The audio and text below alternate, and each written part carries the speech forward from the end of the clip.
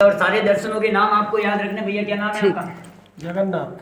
जगन्नाथ। सारे दर्शनों को नाम याद रखियो। मैं बाहर जाती थी सवाल पूछूंगा भाई और मेरे को जवाब ना दिए तो मेरे लार यहाँ गाइडिंग करनी पड़ेगी।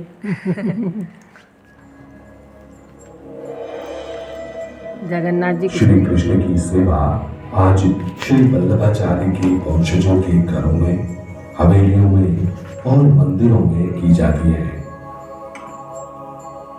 श्री वल्लभाचार्य ने इन सेवा के स्वरूपों को विकसित किया और उनके पुत्र श्री गोसाई जी ने इस सेवा परंपरा को आगे बढ़ाया। श्री कृष्ण सेवा आनंदमय और सुंदर प्रसंग है। उनकी मनभावन सेवा में असंख्य कलाएं कार्यरत हैं।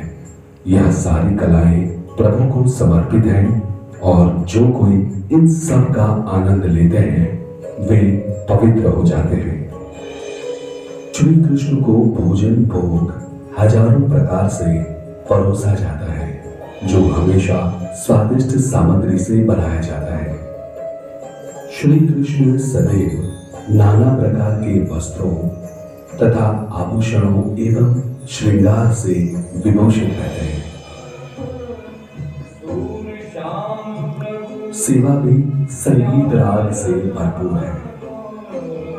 महान भक्तों द्वारा रचित सुंदर गीत विभिन्न रागों में गाए जाते हैं, जो विभिन्न मौसमों, त्योहारों और दिन के समय के अनुरूप होते हैं।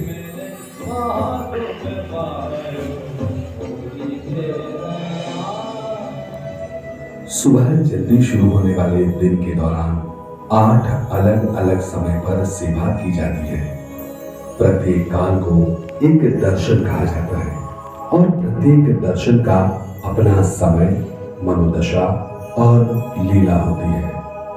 यह उसके दैनिक जीवन के अनुसार प्रकट होता है। श्री कृष्ण अपने भक्तों के साथ रहते हैं और वे सुबह उठने से लेकर शाम तक उनके निवृत्त होने तक उनका सम्मान करते हैं।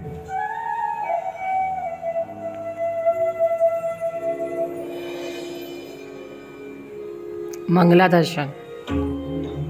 मंगला यह प्रथम समय के दर्शन है। देखो अपन ने आज किए। इसमें भगवान को नींद से जगाया जाता है। मुख्य हवेलियों में श्री कृष्ण को शंखनाद या घंटारव से जगाया जाता है। बाद में उनको मिश्री, मलाई, दूध एवं मक्खन का बना कलेवा समर्पित किया जाता है।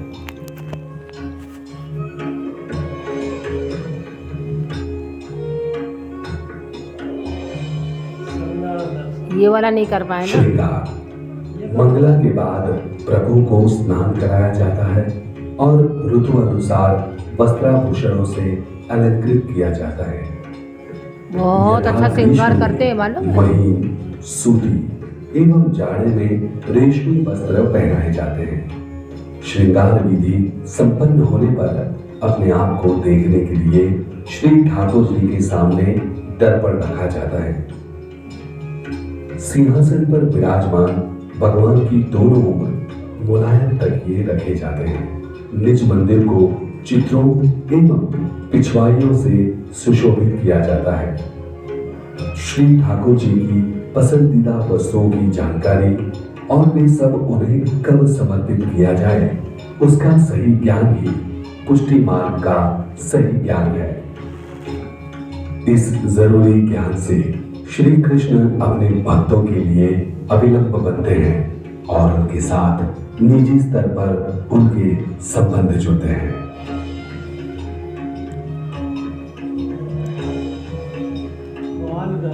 ग्वाल अर्थात उस समय के दर्शन जिसमें श्री कृष्ण की गोपाल बाल के रूप में सेवा होती है।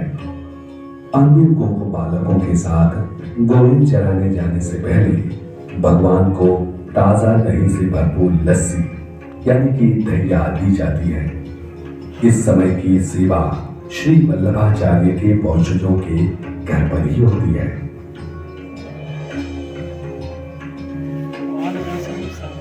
राजकोट याद रखो, तेरे को पूछेंगे। अब मध्याह्न काल में यशोदा माता श्री कृष्ण को भोजन के लिए बुलाती हैं। यही राजभोग कहलाता है। राजभोग में वनोत्सव के अवसर पर गोपियों द्वारा लाया गया भोजन थाल भी दिया जा सकता है। कभी कभी श्री कृष्ण राजभोग ग्रहण करने के लिए गोपी के घर पर भी पहुंच जाते हैं। राजभोग में दूध से बने शर्करा युक्त पकवान, कई सब्जियां और धान्य एवं दलहनों के स्वादिष्ट व्यंजनों का समावेश होता है।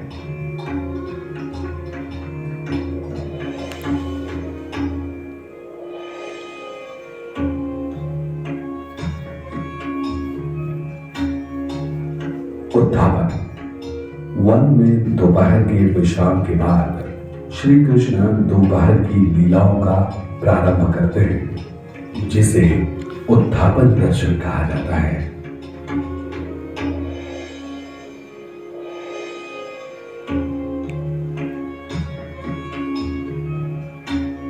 भोग। पुलिंदी नामक बीलनियों ने प्रभु को फल समर्पित किए थे। बाद में भगवान गायों को घर की ओर लौटाते हुए प्रतीक्षा में निरत अपने भक्तों के दिन भर के विरह को समाप्त करने के लिए घर की ओर प्रयाण करते हैं।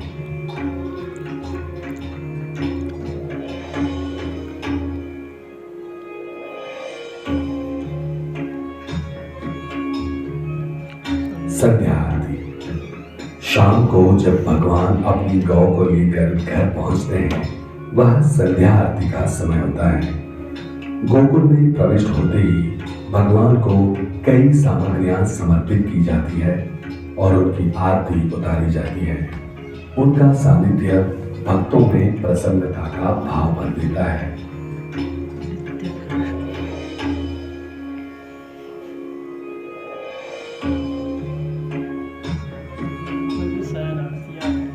शयन। यह श्री कृष्ण का रात्रि भोजन का समय है। भगवान के प्रत्येक दर्शन के साथ अनेक विधि लीलाएं और भाव जुड़े हुए हैं। कृष्ण या तो रमण भाव से गोपियों के साथ होते हैं या बाल भाव से माता यशोदा के साथ। आरती के बाद भगवान को पौधाया जाता है।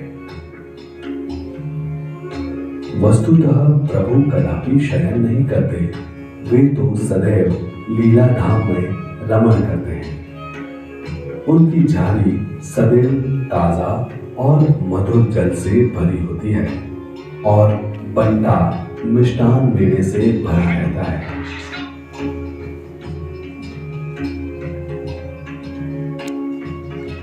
इस प्रकार सेवा का प्रत्येक क्षण श्री ठाकुर जी की सुविधा के भाव से परिपूर्ण होता है। आ जाइए।